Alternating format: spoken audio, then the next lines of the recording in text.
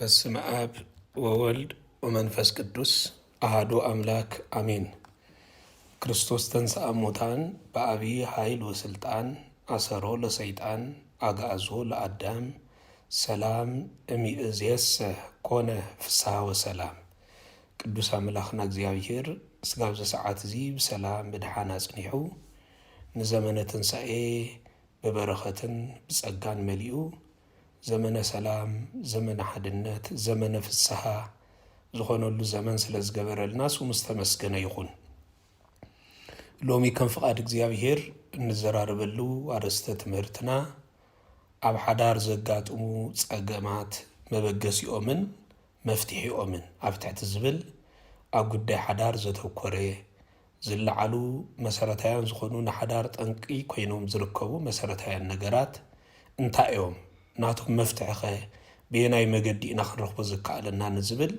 ከም ፍቓድ እግዚአብሔር ዝርዝራዊ ሓሳቡ እንዳረኣናዮ ክንከይድ ኢና። ዝተፈተኹም ናይ እግዚአብሔር ቤተሰብ ናይ ኣዴና ቅድስተ ቅዱሳን ድንግል ማርያም መፍቀርቲ ከመይ ኣለኹም? ኣሜን። ኩሉ ዝኽእል ቅዱስ ኣምላኽና እግዚአብሔር ብምሕረቱን ብልሃቱን ሓልዩ ክሳብ ዛ ሰዓት እዚኣ ብጥበቡ ብጸጉኡ ኸኣኒ ብረድኤቱ ስለ ዝደገፈና ካብ ሎሚ ክሳብ ዘለዓለም ስሙ ዝኸበረን ዝተመስገነን ይኹን። ከምታ ቀዲምና ዝገለጽናዮ ኣብ ሓዳር ዘጋጥሙ ጸገማት ኣዝዮም ብዙሓት እዮም።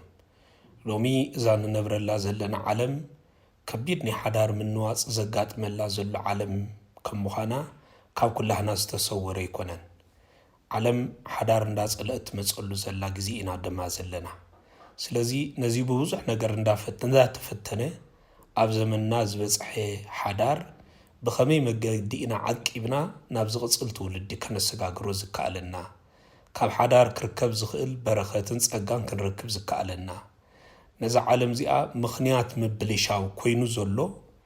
ናይ ሓዳር ምብልሻው ትስሩዕ ዝኾነ ግቡእ ዝኾነ ቅርጹ ሓልዩ ክኸይድ ዘይምኽኣል ስለ ዝኾነ ነዚ ኸ ብኸመይ ኣገባቢና እቲ ሽግር ፈቲሕና ሰላማዊት ዓለም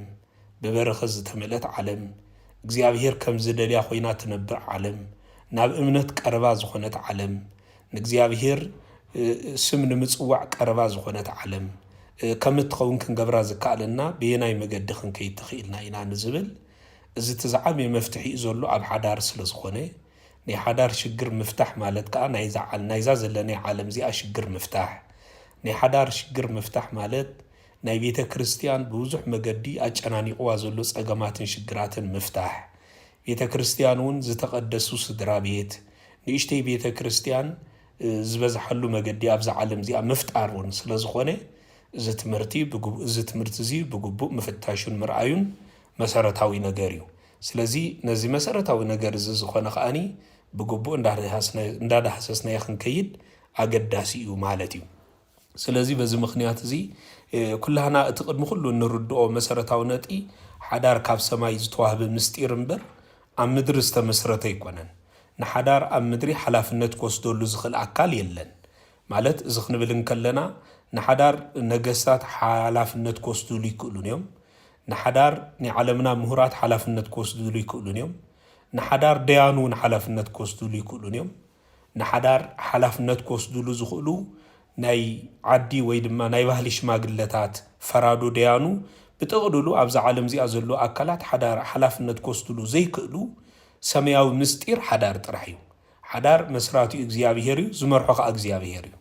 ስለዚ ሽግራት እንተጋጢሞም ከዓ መፍትሒ ዝህቦ ከዓ እግዚአብሔር እዩ። ካብ ምድሪ እውን መፍትሒ ክንረኽበሉ ንኽእል ኢና። እዚ ብጥቕልሉ ጠቕላላ መፍትሒ ክርከቡ ኣይክእልኒ ንምባል ዘይኮነ እቲ ምንጪ እቲ ሓቀኛ ዝኾነ መፍትሒ ዘሎ ግን ኣብ እግዚአብሔርን ኣብ ቅዱሳት መጻሕፍትን እዩ። ምክንያቱ ንዝኾነ ይኹን ጸገም ንዝኾነ ይኹን ሽግር መፍትሒ ከምጻሉ ዝኽእል እቲ ንሓደ ነገር መፍትሒ ከምጻሉ ዝኽእል መን እንተዳኢልና እቲ መስራቱ እዩ ስለ ዝኾነ ናይ ሓዳር መስራቲ ከዓ እግዚአብሔር እዩ። ብእግዚአብሔር ዝተመስረተ ብእግዚአብሔር ዝምራሕ ብእግዚአብሔር ኣብ ፍጻሜ ዝበጽሕ ብእግዚአብሔር ከዓ ተጓዒዝካ ከዓ ናብቲ ፍጻሜ ንኽትበጽሕ ዓቕሚ ትረኽበሉ ስለ ዝኾነ ሓዳር ናይ ሓዳር መሰረታዊ ምንጭነቱ ብዝግባእ ክንርድኦን ከነስተውዕሎን ይግባአና ማለት እዩ። እዚ ስለ ዝኾነ ሎሚ ከም ፍቓድ እግዚአብሔር ብብዙሕ መገዲታቱ እቶም ኣብ ኩሉ ግዜያትን ኩነታትን ንሓዳር ንምፍራስ ጸገማት ኮይኖም ብዙሕ ግዜ ንሓዳር ሰላም ዝኸልኡ ንሓዳር ከም ዝብተን ዝገብሩ ነገራት ኣዝዮም ሰፋሕትን ብዙሓትን እዮም እንተው ሓደ ልዕሊ 100 ዝኾኑ ፀገማት ክንጠቅስ ይከኣለና እዩ ንሕና ግን ከም ፍቓድ እግዚአብሔር ፈቂድዎ ግዜን ሰዓትን እንተደኣ ሂብና በብደረጅኡ ነቶም ፀገማት ነፍሲ ወከፎም ንነፍሲ ወከፍ ሓዳር ዝፍትኑ ዘፍርሱ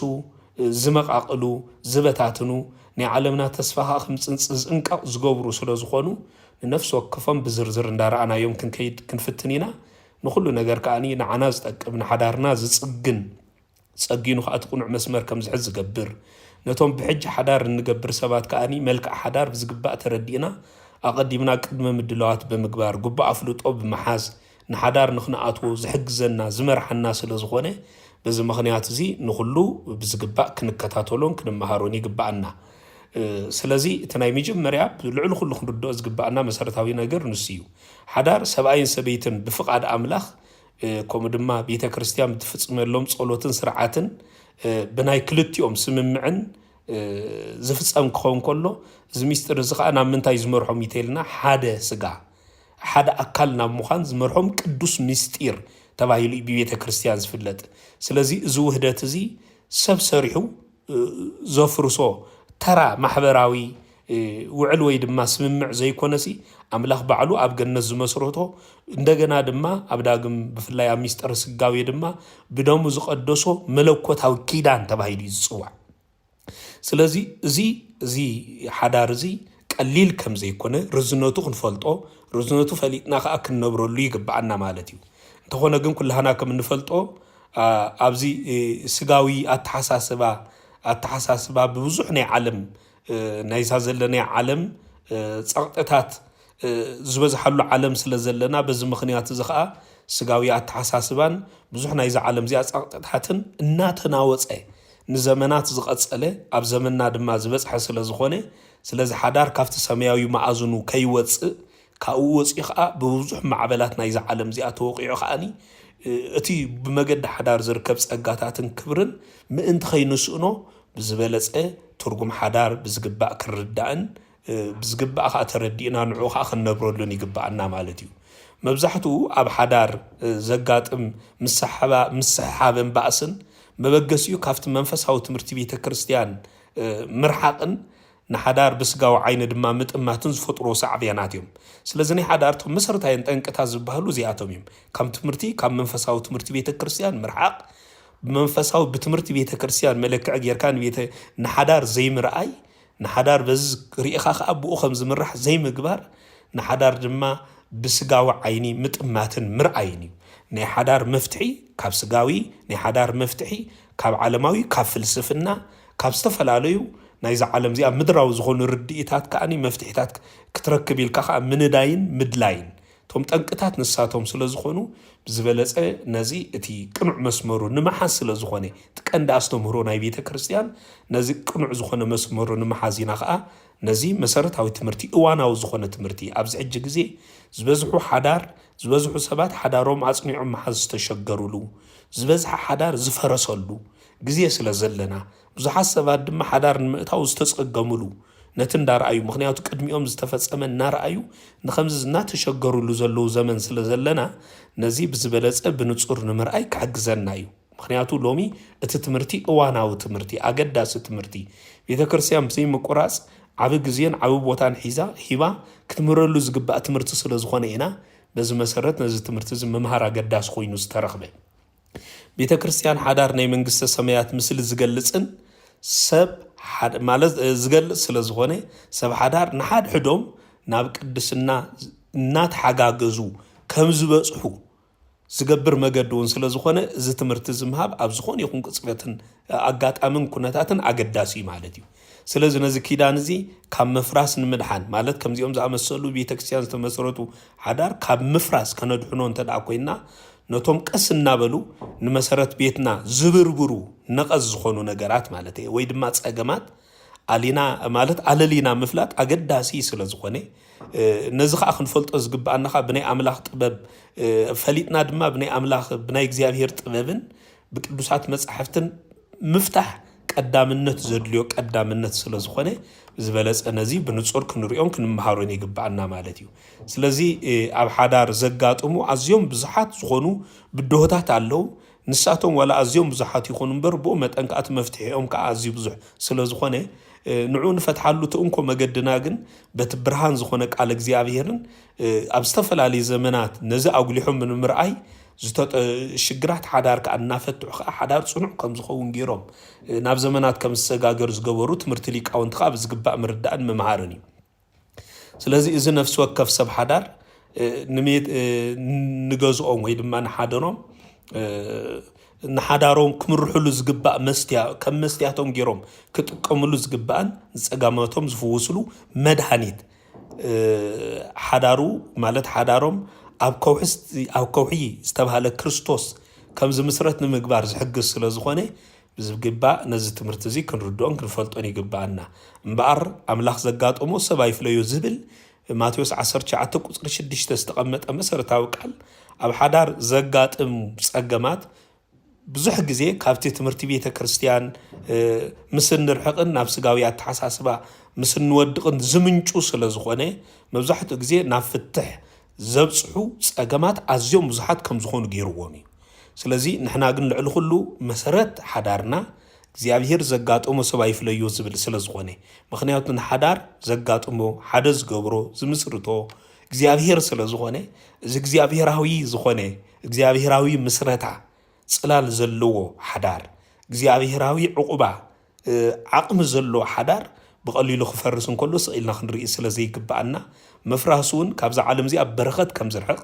ብመገዲ ሓዳር ንረኽቦ ጸጋ ከም ዝርሕቕ ስለ ንገብሮ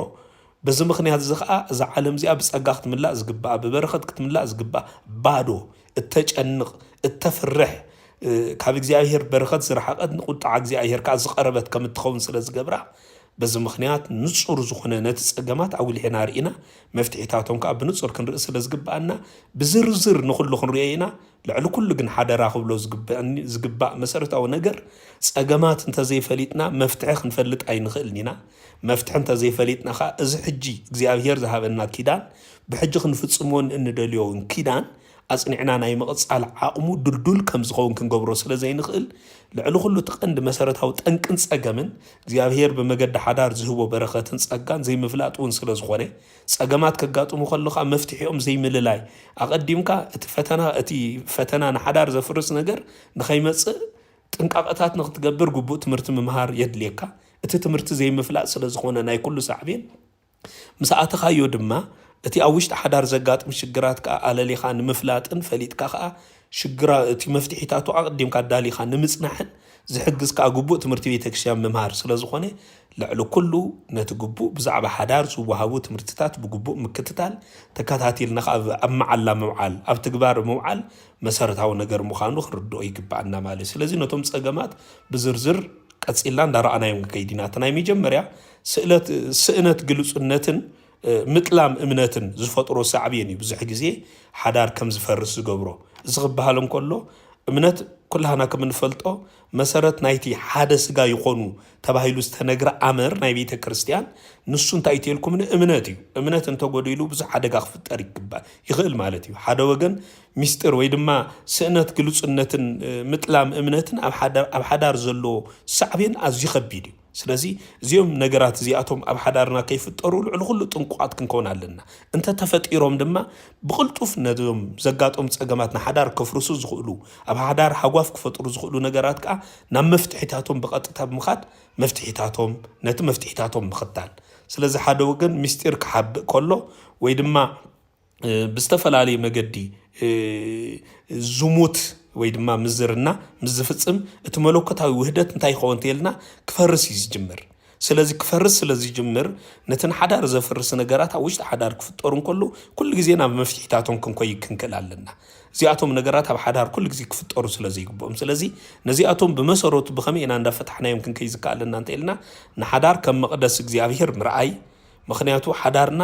እግዚአብሔር ዝሓድረሉ መቕደስ ስለ ዝኾነ ንሓዳርና ከም መቕደስ እግዚአብሔር ምርኣይ ንእሽቶ ምስጢር እኳ እንተኾነት ኩሉ ግዜ ብግልጽነት ምስ መጻምትኻ ምዝርራብ ሰብ ሓዳር ኩሉ ግዜ ንእሽተይ ምስጢር እኳ ኣቕሊሎም ክርእዋ ይብሎምን كل جزء كم مسامتهم مستسورة نشتي زبال مستير كل كل يقولون كل أب حدار جلوس قون له كل أب حدار جلوس قون له نصه النوس تحلوه نصه النوس تعسك بخون تخوين خاني حدار كل جزء كم مقدس جزء أبير جيرو زري لبي أمونجتهم مسامت كل كل له إذا كل التنجارات زي أتنتقديلن بقليل حدار المفراس مخنيات يخون سلازي تنكو مفتحيو نتحدار كم مقدس جزء أبير جير كاميرا عين نشتي مستير كأنا أفتح حدا أب منكو خلت مسامتي التصور نشتي قاتخون تأنك تخون مغنيات السيطان نتانو نشتي زعبيع نتانو نشتي ندعبيه نتحدار بقليل خم تفرس جبرة سلازي قومون كيهلون كل جزء تنقعد كوينا منبر هاريا قدس باولوس نيفيسون سبات عبد صحافة اللهم ملأختو معرف 4 قصر 25 كم زيبل كم تحق إنياتات زخونكم نحرجكم حق تزاربوا نحنا أكلات حد سجائنا مو حاسوت كباخاتكم أرعق يبل سلازي زك على ولا كان كل مؤمنان زتنجرن تقونه نجرجن نتان إشتي بيت كريستيان بمسروت زوجل زان إشتي بيت كريستيان تبعه لاست تصوعت حدار كل جزء أبنن نعدهم انتي بحق السمر حدار كلهم خلالو أبنن نعدهم بحاسوت استشفنا هيوت كلهم خل يقولون كم انت تفتيرو جن على حدقة أو وشت حدار يفتر مالتي ቅዱስ ዮሐንስ አፈወርቅ ብዛዕባ ዝኽጠቅሱን ከሎ ኣብ መንጎ ሰብኣይን ሰበይትን ምስጢር ምዝህሉ ሰይጣን ኣብ መንጎኦም ኮይኑ ክሰርሕ ማዕጾ ይኸፍቱሉ ይብል ኩሉ ግዜ ምስጢር እንድሕር ክገብሩ ጀሚሮም ኣብ መንጎኦም እዩ ሰይጣን ኣብ መንጎኦም ንኽኣቱ ኣፍ ደገ ዝኸፍቱሉ ሰይጣን ብዙሕ ግዜ ናብ ሰብ ሓዳር ኣትዩ ነቲ ሓዳር ዝብትኖ ኣብ መንጎኦም ሚስጥራውነት እንተደኣ ሃልዩ እዚ ሚስጥራውነት እዚ ኸኣ ነቲ ሓዳር ንምፍራስ ሰይጣን ኣብ መንጎኦም ንምእታው ኣፍ ደገ ይኸፍቱ قصيلو خم زيبل قلصنت جن كل نايس على أي مسعودية يفرص يبل قلصنت هب حدار تهاليو كب حدار زغول نجر نتضيعليو بقليلون سيطان كبانا خمزر حق نجبرو سيطان الدليلنا زنبر مسعودية أبانا عقمخ نخيركبن كم زفرسن زجبر تمسرت هوا نجر حدار بقلصنت زتمل كون انت خيدي تي مزيت تحيز خده ات امنت متلام زبل مسرتاو نجر اتي حدار كاب ملكوتاو صلال وصيو نفسغاوي مفللاي زمرح مسرتاو نجري ونياتو سب امنت اند اتطلالي كتامامن تزيكيلو بقليلو نمفللي زعدم اف دغ خفت عزيز قربي منزرنا نت مستير كيدان بقطتا زبطس حاتيات سلازخونه ويكا زفرس حاتيات سلازخونه بزح غزي ابز زفطر حدغا قليل ايكونن سلازي كل غزي نصحنانا كم مقدس غزي ابير نتا حدارنا قصيرنا كل غزي نتا مقدس زركس غبرخا مغبار نرسنا طنقات كوينا خنبر كنكلالنا بزعبازي كتقسن كله كم زبل قال تنغيروني هاريا قدس باولوس امنت متلام مالت ناملاخ متلام مالتيو سبيتخا وي سبعيكي مستير كتحلو قال مساعتكم اتقال اب سماي تصحيفيو حدا مستير كتحبق كجمر كلخا نتقلمت مجدي تصرغالخا مالتيو حقنيا فقري بزي امنت كتقوم ايتخلنيا مويبل موسبو كاو كل كبوريو مدك اسون عرات امينون نصحي كبل هاريك دس باولوس إبراهيم 13 فقد 4 استقصوا نزيو سلازي نتي امنت مغدال تفطيرو نتحدار نمفراس طنق زخونو نغرات كفطرون كلو كل غزي نحنا طنقون كمزي عينت كفطرون كلو كل غزي نا مفتحيهم مخال لعلو كلو كمزيهم كيفطرو مطنقا انت تمصيهم جن مفتحيهم بقلطف زخونه مجد بمفتار نسيطان عدل نزي مهاب كل غزي طنقات كوينا منبار سلازي بحافشا سنت جلصنت نحدار كاوشتي زبلع انت ايتيلنا فلحوي لك كم فلحو بربيرو بليعو نتحدار عقم خمزي هلوا قلوت كمزي هلوا بقليلو خم تودق قابس قبروا تناي مجمريا قلصنت زي مهلاوي امكو منغوس كلتا سب حدار قلصنت انت طفيو تزعب يطنقي يفطر بقليلو سيطان امشمشو امعميو مسروتو بقليلو خم تودق بقليلو خم تعنو يزغبره نعان مفراس حيال زخنا عقمي يدلني ويكا بقع زخنا قلبت هيدلني بقلل سيطان حدار المفراس مخنيات زخونو ابسب حدار قلصنت انداطف اخمص مش جمره طرحي سواء سبيتن او غداي ገንዘብ او غداي ركبات كمون او غداي وشطاوي حساباتهم ፍጹም ዝሆነ قلصنت كلهم يغبا اتا حدار كمتي اب لعل كوحست حنصبيت كون زخل لك انساتهم ابزوم نغرات زياتهم قلصنت زلو هيوت كلهم انتخيدي حصوت انترحقو امنت انتاي خو انتيلنا امنت ينقص امنت كم زنقص زقبرو حصوت مرحقي حصوت تولي امنت كم زقودل يقبرو امنت مسنقص دما املاق ابت حدار هلو يخون بصلال املاق دما اتحدار كتمرح تجمر سلازي اتحدار هلونا እግዚአብሔር استرغاغصላ ጽላል بصلال እግዚአብሔር ካ እናተ መርዓት ክትከይድ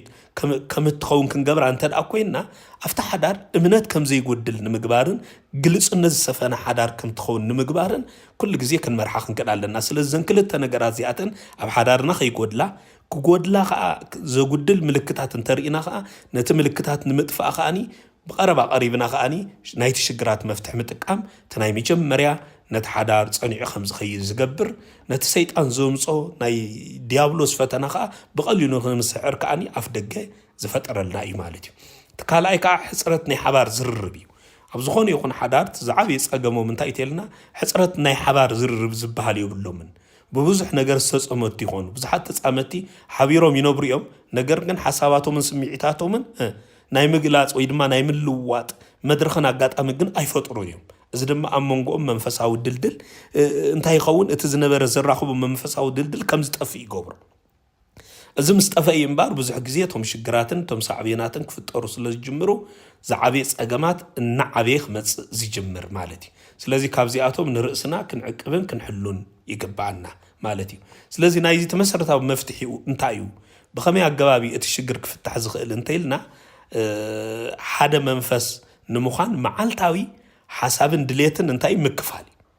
ሓደ መንፈስ ክኾኑ ኩሉ ግዜ ሓሳባቶም ድሌታቶም ኩሉ ግዜ እናተኻፈሉ እናተራዳዱ ይህን እንዳተባሃሉ ክኸዱሎም ያዕቆብ ምዕራፍ 19 ምዕራፍ 1 ቁጽር 19 ፍቁራት ኣሕዋተይ ነፍስ ወከፍ ሰብ ንምስማዕ ቅልጡፍ ንምዝራብ ድማ ደንጓይ ንቁጣውን ደንጓይ ይኹን ይብል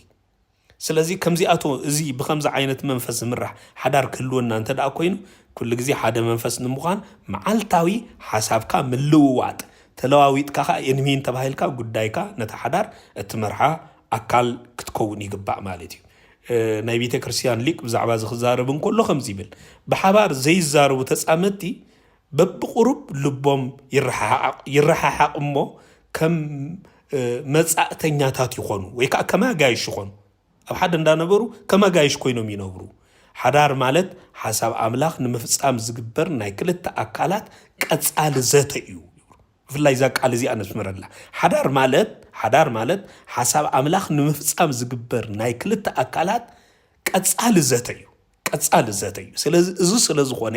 ነቲ ሓዳር ንምጽናዕ ኩሉ ግዜ እሙናት ኮይንና ክንርከብ ይግባአና ኣሞጽ እውን ኣብ ትንቢተ ኣሞጽ ምዕራፍ 3 ቁጽር 13 ክልተ ሰብ እንተ ዘይተሰማምዑስ ሓቢሮም ዶ ክኸዱ ይኽእሉ እዮም ይብል ክልተ ሰብ እንተ ዘይተሰማምዑስ ሓቢሮም ዶ ክኸዱ ይኽእሉ እዮም እዚ ማለቱ እንታይ ንምባል ይተልና ስምምዕ ዝብለሉ ዘሎ ትቀንዲ ምኽንያት ስምምዕ ንምምጻእ ቀጻሊ ዝርርብን ምይይጥን ከም ዘድሊ ዘዘኻኽረና ዘሎ እዚ ተዘይሃልዩ ግን እቲ ሓዳር ብቐሊሉ ዝፈርስ ብሓባር ምጓዓዝ ድማ ብሓባር ክትጓዓዝ እንተኽኢልካ ኢኻ ልቢ ንልቢ ተራኺቡ ብሓደ ሰሚርካ ነቲ ሓዳር ከም እትቕጽል ክትገብራ ዝከኣለካ ስለዚ ብሓፈሻ ዝርርብ ንሓዳር ከምቲ ንፍጥረት ኣየር ዘድልዮ ማለት እዩ ምክንያቱ መቸስ ፍጥረት ብዘይ ኣየር ክነብር አይክልኒ ብዘይ ኣየር ዝነብር ፍጥረት የለን ስለዚህ ከምትን ፍጥረት ኣየር ዘድልዮ ብዘይ ዝርርብ ሓዳር እንታይ ይገብኦ እንተልና ብዘይ ዝርርብ እንተ ዳ ኮይኑ ብቐሊሉ እዩ ኣብ መጻወድያ ሰይጣን ኣትዩ ክወድቕ ዝጅምር ኩሉ ግዜ እቶም ሰብ ሓዳር መዓልታዊ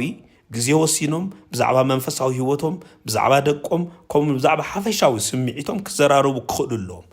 እቲ ሓደ ስጋ ዝብል መለኮታዊ ሓቂ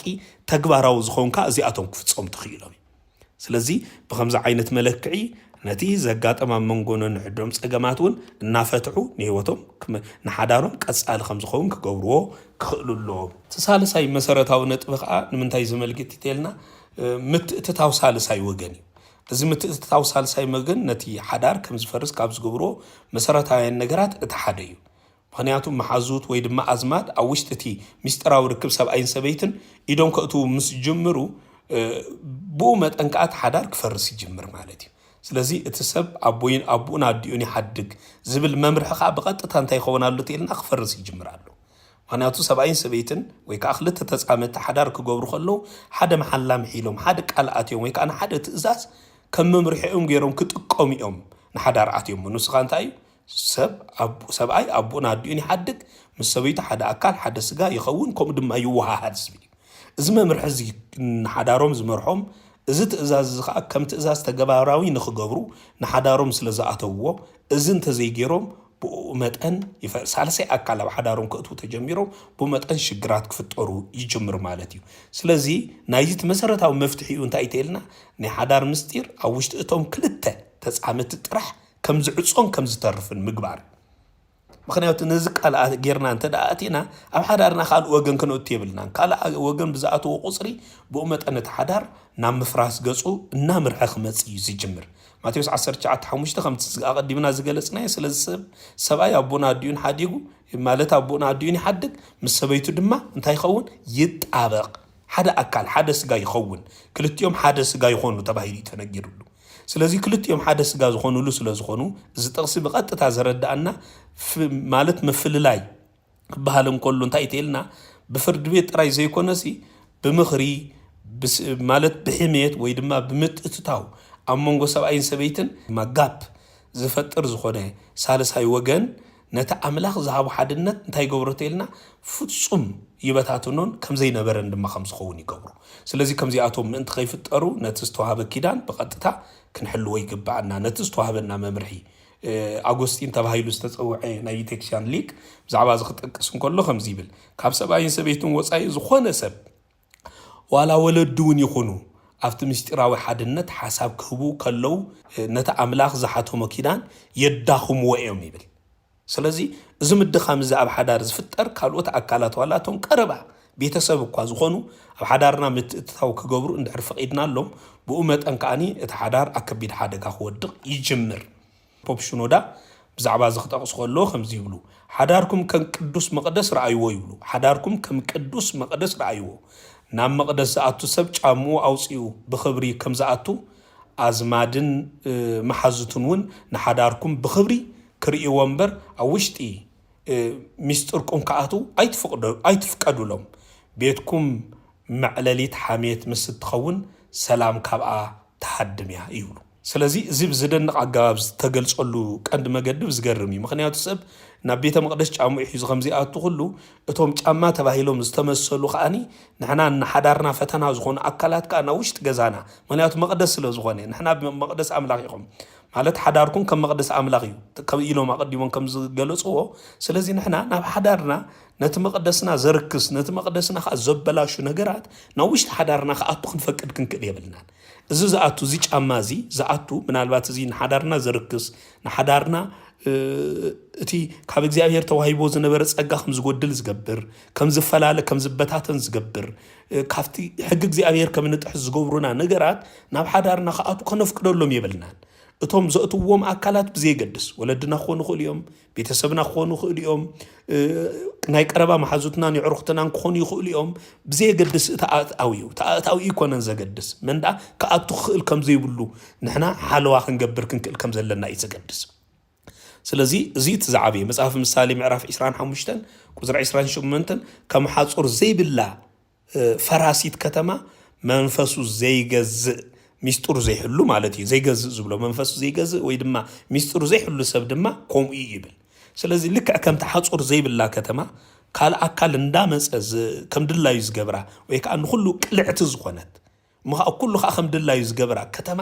ከምኡ ዓይነት ሓዳርና ከይክውን ልዕሊ ኩሉ ንሓዳርና ክንዕቅብን ክንሕሉን ይግባአና ካልኦት ኣካላት ዘይኣትውዎ ሓዳር ካልኦት ኣካላት ከም ድላዮም ዘይዝውርዎ ሓዳር ካልኦት ኣካላት ከም ድላዮም ዘየንቀሳቅሱ ሓዳር ክንሕዝ ልዕሊ ኩሉ ኣብ ፃዕር ክንነብር ክንክእል ኣለና ስለዚ ብሓፈሻ ምትእታው ሳልሳይ ወገን ልዕሊ ኩሉ ምኽልካል ማለት እንታይ ማለት እዩ እንተይልና ንሓዳር ካብ ገዳማዊ ተጽዕኖታት ሓራ ከም ዝወፅእ ምግባር ማለት እዩ ካብ ገዳማዊ ተጽዕኖታት ሓዳር ነፃ ከም ዝወፅእ ክንገብሮ እንተዘይክኢልና ኩሉ ግዜ ገዳማዊ ተጽዕኖ እንድሕር ብቐሊሉ ዘጥቁዖ ኣካል ኮይኑ ሓዳር ክቕፅል ኣይክእልን እዩ ወይ ከዓ ሰላም ክህልዎ ይክእልን እዩ ኩሉ ግዜ ብርብሻ ዝነብር ኩሉ ግዜ ኣብ ነውፂ ዝነብር ንምፍታሕን ንምብታንን ንምፍራስን ከዓ ቀረባ ዘሎ ተባሂሉ እዩ ዝንገረሉ ስለዚ ሰብኣይን ሰበይትን ፀገማቶም ባዕሎም ኣብ ቅድሚ ኣምላኽ ተንበርኪኾም ክፈትሕዎ ከም ዘለዎም ከኣምኑ ክኽእሉ ኣለዎም እቲ ሓዳር እናፀንዐ ዝኸይድ كل جزء ناي حدارهم شجر ناقد ما أملاخ زقربات خوينهم ناي حدارهم شجر كلت يوم بزاتهم بنزربن كفتحوا نرقصهم دلواز جبر أكلات تخوينهم ترحم كابزو وصاي انت دا خوينهم جن بقليلو تحدار كفرسي جمر سلازي محازوتن أزمادن نحدار زد اليوم سلامن كبرن كهو انت دا خوينهم زبالت انحنا محازوتن أزمادن نافت حدار كم زي قربو خنقبر على الناس سلازي تي سالساي مسرتاو نطو دما ناي كالوت سالساي أكل ناب حدار متقطعو كيفتر عبت انقاقب مقبار لومي كم نريو زلنا ببيتسب مخنيات زفرس حدار بزحي بمحازوت مخنيات زفرس حدار بزحي بولد مخنيات زفرس حدار بزحي سلازي كابسياتهم كنعقبو انت زيك إلنا حدارنا بقليلو زفرس كون يخيليو بيتا كريستيان قل لعلو خلو كافت العلو خلو زعبي كبر نهبو ولادينا جميرا كاو فلينا حدار كنمسرت كم زلنا كترئينا سلازي دلياتيا بزي قال زي سبعي أبونا ديوني حدك تباحيلو استنقري نما نمسب ميتشس زقرب انت قربه كاو أبونا ديون زقربو يلن سلازي أبونا ديوني حدك بتم لعلو خلو زقربونا نعوم بمحداق نمسرتو حدار زبال نعوم بمقداف زمسرت كم زغوانا خرئينا سلازي دليو نزق قال زي بمسارو تنقيرنا سلازي نزق بزقباء تردينا أبتكبار خنوع علي قباءنا مالتي ترابعي ቁጠባው ጸገማትን አተሐዛ ገንዘብን ስምልከት እዩ ብዙ ጊዜ ንሓዳር ጸገም ካብ ዝኾኑ መሰረታዊ ነገራት ማለት እዩ ምክንያቱ ገንዘብ ዓለማዊ ጸገም ክመስል ይኽእል እዩ ክመስል ዝኽእል እኳ እንተኾነ ነገር ግን ኣብ ሓዳር ዘሎ ጽልዋ ግን ቀሊል ኣይኮነን ኣብ ሓዳር ናይ እምነት ጸገም ክፈጥር ዝኽእል እዩ ምክንያቱ ናይ ምትእማን ጸገም ናይ ዘይ ምትእማን ጸገም ክፈጥር ዝኽእል እዩ ምክንያቱ ናተይ ናትካ ዝብል መንፈስ ኣብ ሓዳር ክገዝእ ምስ ጀመረ ነቲ ኣብ ሓዳር ዝነበረ ሓድነት ብቐሊሉ እዩ ከፍርሶ ዝጅምር ስለዚ ብቐሊሉ ነቲ ሓዳር ከፍርሶ ዝኽእሉ ነገራት ልዕሊ ኩሉ ሓደገኛ ስለ ዝኾኑ ነዚኣቶም ኣብ ምሕላው ልዕሊ ኩሉ ንሕና ጥንቁቃት ክንከውን ይግባአና ማለት እዩ ስለዚ ናይዚ ተመሰረታዊ መፍትሒ እንታይ እዩ ብኸመይ ኢና ክንፈትሖ ንኽእል ኣብ ሓዳርና እናተኣታትወ ጸገም ዝፈጥረልና ናይ ገንዘብ ሽግር ብኸመይ ክፍታሕ ዝኽእል እዚ ኣበየናይ መለክዕን መምዘንን ጌርና ኢና ንሕና ክንፈትሖ ዝከኣለና ዝብል ጉዳይ መሰረታዊ ነገር ስለ ዝኾነ ነዚ ብዝበለጸ ክንሪኦ በቲ መሰረታዊ ነጥቡ ክንሪኦን ከነስተውዕሎን ኣስተውዒልና ድማ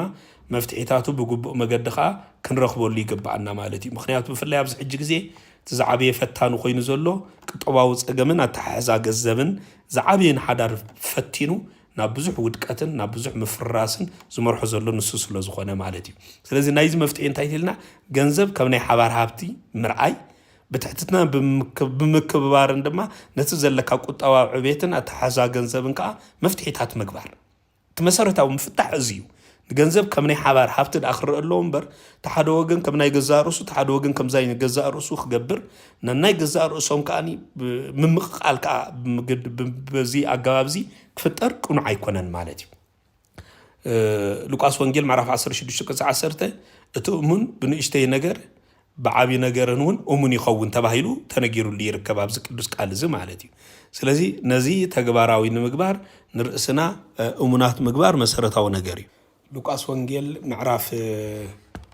10:16 كاكوزر 10 جمير زلو بتقد تعزرد أن زنتايو تي أمون زخون سب بعاب نجار وانت أمان خوينو خمز ركب زرد أن مسرتاو نتبي تقميت يركب أتي بوحد ومن زخون نعود ما لعل كل تأمان النتو لعل كم زخون بنصر عجليس الناس لزيد ما تأمان النت أب حدار مسارة أو نجر كم زخونة زنصر النات أصي تقميت زركب قدوس باسيليوس عافي تباهيلوس وعم زعباز اختاكسن كل أب حدار ناتي وينات كذب القال يلن كلنا يجزيها بهيريو نحنا دما حبيرنا إنما حدرو مجابينت رأي زلن نايبل سلزي كم نحنا نتزي قوس إيرنايو نتين حنا لوم زبا أسنا زلو نجر كم ناي إجزاهير تقصيرنا كاب إجزاهير استوهبنا خون قصرو تخيلنا ترحنا نحنا نزي مجابي النتزي بحوار كنريون كنا محضرون زكالنا سلزي لك نزي نجر زي بناي قدوس باسيليوس قال مسرت كنا محضرون كنا علينا خاني نهوت كنت كملون يجبأنا سلزي بحافشة أب حدار جنسبني حوار برخد أمبر ناي قل أكل ويناي سبي تطرح ويناي سبي تطرح يكونن اتني حبار برخت تبايلون كاب صوعوت مسرتاو ነገር اتحاد انتايتلنا ገንዘብ ሰብአይ ሰበይትን ብዛዕባ አታዊኦም ምን ወጻዊኦም ግሉጽ ዝኾነ ርክብ ምዝህልዎም በሐባር ምዝጽልዩ ከምኡ ድማ ካፍቲ ዘለዎም ንድኻታትን ንቤተ ክርስቲያንን ምስ ዘማቐሉ እቲ ገንዘብ በረኸት የምፅእ እምበር ባእሲ ኣይምፅእን እዩ ወይ ከዓ ባእሲ ኣይፈጥርን እዩ ዝበዝሐ ግዜ ገንዘብና ምክንያት ምፍታሕ ዝኾነና ኣብዞም ዝበልናዮ መቐዲምና መዓላ ዘይውዕል ስለ ዝኾነ እዩ ሓባራዊ ዝኾነ ዘተ ብዛዕባ ቁጠባና ብዛዕባ ገንዘብና ክንፈጥር ዘይምኽኣልና እዩ ስለዚ ነቶም ንሓዳርና ከፍርሱ ዝኽእሉ ገንዘብን ቁጠባዊ ዓቕምን ልዕሊ ኩሉ ብግልጽነት ብምዝራብን ኣብ ነንሕድሕድና ከዓ ንሓዳርና ብዘይፍትን መገዲ ከዓኒ ምንቅስቃሳት ብምግባርን ክንመርሖ ክንክእል ይግባአና ማለት እዩ ናተይ ዝብል ስምዒት ልዕሊ ኩሉ ጠፊኡ ናትና ዝብል ምዝነግስ መለኮታዊ ሰላም ኣብየነይቲ ስንቲ ኣብቲ ሓዳር ይነግስ ስለዚ ናተይ ዝብል ኣተሓሳስባ ኣጥፊእና ንቁጠባውን ንዓቕሚ ገንዘብናን ልዕሊ ኩሉ ናትና ብዝብል ኣረዳድኣ እንመርሓሉ ባይታ እንተፈጢርና ጥራሕና በዞም መገድታት እዚኣቶም ዝመፅእ ሽግራት ፈቲሕና ንሓዳርና ክንመርሕ ዝከኣለና ስለዚ ሓዳርና ካብዚኣቶም ነፃ ኮይኑ በቲ እግዚኣብሔር ዝደልዮ ብቃል እግዚኣብሔራዊ መገድን መምርሕን ዝምራሕ ከም ዝኸውን ክንገብሮ ክንክእል ኣለና እቲ ሓሙሻይ ድማ ስእነቲ ቅሬታን ቂምታን እዩ ብፍላይ ብዙሕ ግዜ ኣብ ሓዳር ካብ ዝጋጥሙ መሰረታውያን ፀገማት እቲ ሓደ ስለ ዝኾነ በዚኣቶም ነገራት እዚኣቶም ከዓኒ ዝፈረሰ ሓዳር እውን ቀሊል ኣይኮነን ቀዲሙ ዝፈረሰን ሕጂ ኣብ ምፍራስ ዘሎን ስለዚ ኣብ ሓዳር ጌጋታት ከጋጥሙ ከለዉ ምናልባት ንሕና ነቶም ዘጋጥሙ ጌጋታትና መፍትሒኦም ይቅሬታ እምበር መፍትሒኦም ቂምታ ኣይኮነን ስለዚ ቶም ዘጋጥሙ ኣብ ሓዳር ፀገማት ከጋጥሙ ግዴታ እዩ ብዘይ ፀገማት ብዘይ ባእሲ ብዘይ ኣብ ነንሕድካ ምጉንና ዝምራሕ ሓዳር የለን ምክንያቱ ሓዳር ማለት ናይ ፍፁማን መለክዕ ኣይኮነን ሓዳር ማለት ኩሉ ግዜ ኣብ ጉዕዞ ዝነብር እናተሰርሐ ዝነብር እዩ ስለዚ ኩሉ ግዜ ኣብ ሓዳር ጌጋታት ከጋጥሙ ባህርያዊ ስለ ዝኾነ ኩሉ ግዜ ይቕረብ ምባሃል ንሽግራትካ ከዓኒ ቀሪብካ ተዛቲኻ ይህን ይህን ተባሂልካ ከዓ ኣብ ምፍታሕ ዝኣምን ክኸውን ክኽእል ኣሎ ምክንያቱ ሓዳር ኩሉ ግዜ መስቀላዊ ፍቕሪ ዝረትዖ ብኡ ድማ ዝምራሕ ክኸውን እንተዘይክኢሉ ኩሉ ግዜ ናይ ቅሬታ ልቢ ኣይህሉን እዩ ናይ ቅሬታ ልቢ ተዘይሃልዩ ከዓ ናይ ቂምታ ልቢ ክንሕዝ ንግደድ ናይ ቂምታ ልቢ እንድሕር ሒዝና ኣብ ሓደጋ ንወድቕ ማለት እዩ ምክንያቱ ቂምታ ከም ነቐዝ ንሓዳር እናበልዐ እንታይ ዝገብር እዩ ዘፍርስ እዩ ልዕሊ ኩሉ ቂምታ ንሓዳር ካብቶም ጠንቂ ዝኾኑ መሰረታዊ ነገራት ሓደ ቂምታ ኣብ ውሽጢ ሓዳር ክህሉ እንተኽኢሉ ጥራይ ስለዚ ቅሬታ ዘይብሉ ሓዳር ከምቲ ጨው ዘይብሉ መግቢ እዩ እንታይ ዝኸውን እንተኢልና ኩሉ ግዜ ከምቲ ጨው ዘይብሉ መግቢ ጣዕሚ የብሉን ጣዕሚ ስለ ዘይብሉ ከዓኒ ኩሉ ግዜ ጣዕሙ እንዳቐነሰ ጣዕሙ እንዳጎደለ ብኡ መጠን እንዳጎደለ ምስ መፅእ ከዓ እናተፀልአ ክመፅእ ይጅምር ስለዚ ቂምታ ከምቲ ልክዕ ዝተፈላለየ ቅመም ኣቃሚምካ ዝሰራሕካያ መግቢ ጨው እንተዘይብላ እቲ ዝኣተወ ቀመማት ኩሉ ዋጋ ከም ዘይብሉ ከም እትገብሮ ኩሉ ልክዕ ብኡ መጠን ከዓኒ ኣብ ሓዳር ከዓ ይቕሬታ እንተዘይሃልይዎ ብኡ መጠን ቂምታ ንሓዳር ይቐትሎ ቀቲሉ ከዓ ጣዕሚ ዘይብሉ ከም ዝኸውን ይገብሮ ጣዕሚ እንዳጎደለ እንድሕር መፅእ ከዓ ንፍትሕ ቀረባን ብኡ ምክንያት ከዓ እቲ ሓዳር ከዓኒ ናብ ዝተለየ ሓደጋ ክበፅሕ ይጅምር ስለዚ ነዚ መፍትሒና ግን እንታይ እንተደኣ ተባሂሉ ፀሓይ ከይዓረበት ግዜ ከይዓረብ ከሎ ይቕረብ ምባሃል በቃ ዝሓድር ቂምታ ኣብ ውሽጢ ሓዳር ኩሉ ክኽእል የብሉን ማለት ይቕረብ ምባሃል እዚ እቲ መሰረታዊ ተግባር ናይ ሰብ ሓዳር ክኸውን ይግብኦ ይቕሬታ ማለት ዝሓለፈ ጌጋ ረሲዕካ ንመፃኢ ሓድሽ ተስፋ ምርኣይ ማለት ስለ ዝኾነ ኩሉ ግዜ ብሓድሽ ተስፋ እናተሓደሰ ዝሓድር እናተሓደሰ ዝጓዓዝ እናተሓደሰ ከዓ ንቅድሚቱ ጌፁ ዝግስግስ ሓዳር ኢና ክንመርሕ ክንክእል ዘለና ሃሪ ቅዱስ ጳውሎስ ኤፌሶን 4 ምዕራፍ 26 ስጋብ 27 ክጠቅስ ከሎ ከምቲ ክርስቶስ ይቕረ ዝበለልኩም ንስኻትኩም ከምኡ ይቕረ ተባሃሉ ፀሓይ ኣብ ልዕሊ ቁጣዓኹም ኣይትዕረብ ንሰይጣኑም ቦታ ኣይትሃብዎ ይስብል ስለዚ ንሰይጣን ቦታ ዘውህብ ዕድል ክንፈጥር ስለ ዘይብልና ናይ ቅሬታ ልቢ ካብ ሓዳር ናይ ቅሬታ ልቢ ኣብ ሓዳር ዝሰፈነ ናይ ቂምታ ልቢ ግን ዝጠፍአ ብቅሬታ ዝተንበርከኸ ብቅሬታ ተፀሪጉ ዝወፀ ይቅሬታ ቂምታ ማለት ኩሉ ግዜ ጓሓፍ ማለት እዩ ቂምታ ማለት ንሰውነትና ምሽምሹ ነቲ ዝረኸብናይ በረኸትን ፀጋን ከም ዝጠፍእ ዝገብር እዩ ናይ ሓዳር በረኸት ናይ ሓዳር ፀጋ ከም ዝጠፍእ ካብ ዝገብርዎ መሰረታዊ ነገራት እቲ ሓደ ቂምታ እዩ ስለዚ ቂምታ ንሕና ልዕሊ ኩሉ ብቃሉ ዝምራሕ ልቢ ብምሓዝ ከነጥፍኦ ክንክእል ኣለና ማለት እዩ ቀፂሉ ሐዋርያ ቅዱስ ጳውሎስ ንቆላሲስ ቤተ ክርስቲያን ኣብ ጽሓፎ መልእኽቱ ምዕራፍ 3 ቁጽር 14 ከምዚ ይብል ንሓድዕድኩም ተዓገሱ እቲ ሓደ ኣብቲ ሓደ ቅሬታ እንተሃለዎ ድማ ይቕረ ተባሃሉ ይብል ከምቲ ክርስቶስ ይቕረ ዝበለልኩም ንስኻትኩምን ከምኡ ይቕረ ተባሃሉ ናይ ሰብ ሓዳር መለክዕኦም ክርስቶስ ስለ ዝኾነ ስለዚ ክርስቶስ ከዓ مس كل بدلنا يقرأ خمس بللنا كله سب حدار كل جزية خاني حدا كاب حدا خيتس أبي نا يقرأتها لب حيزو زنبر بدل كوانت أقوات أمي يقرأ بمبال إن حدث زنبر بيت ويد ما قدوس نا يجزيهير مقدس مالتي سلازي بخمس عينت لب زتملك خون خلالو نزي يقرأتها مرج أيكونن حدا كريستيان مرج أيكونن يقرأ بمبالن زي مبالن كم تأملاخ زجبرلنا خنجبرو زجبنا كريستياناوي قديتها نايو أيكونن حدارنا بكريستنا نخنبرون يقريتا كريستيان أو قديتاي مرج أيكونن نيقريتا كمرج أجيرو زنبر كريستيان أنت دا أكوينو كريستيان كون أيكلني بعد حدار تخوين بعد حدار كون أيكلني يقريتا مرج أنا يكونن يقريتا حدا كريستيان أو قديتا ناي سلازم نت كريستيان أو قديتا نازخنا أصنعنا بمحاز نايك إمتا لبي بموتى نايقريتا منفس بحدار كم سفن بمقبار نتحدارنا أصنعنا خنحوزي يقبأنا نام مفرس نزدمنا كفاءات نجارات كأني كل جزء بيقريتا نعتنا لعل كل عدل كم زي رخبهم قبرون يقبأنا نبي كريستيان ليك يقريتا نحدار كاب مسبار زكلاخل عندي يبلو يقريتا نحدار كاب مسبار ويدما كاب مودا زكلاخل عندي يقرأ زي بلو تسأمتي نتأمل أكل زلو كريستوس يسقو له نسو زي ولا حدار كأحسن حيكل نيبل سلازي نكريستوس يقرأ زي مبال مالت نكريستوس مش قاق مالتي مغنياتي نعنا كريستوس قربنا يقرب بمبالي نحنا خاني نحدارنا نقصل نجزي امس جزي هير زلنا هلونا نعبي يقرا بحالته بمخاني سلازي نزي اصنعنا محاز نسب حدار مسرتاو نغري اب حدار يقريتا مالت جيجا يلن مالت زيكون جيجا يلن مالت ايكونن بخوم خنردو خنكل يبلنا كابت جيجا نلعلي فقر يعبن مبالي سلازي يقريتا مالت كاب جيجا نلعلي كاب قلت نلعلي كاب باس نلعلي تزعب بفقر يزبل ترجم زلوي سلازي سب حدار كاب جيجوم نلعلي بيقريتا نتزعب يفقري الناس فانو يقريتا فقر زغزو لب خمس هلو ناغبرو يقريتا زغزو لب خمس هلو ناغبرو مقصال مالتي سلازي معالتاوي قيمتانا نار حقنا قيمتانا كاب حدار نار حقنا حساباتنا دما ناصرنا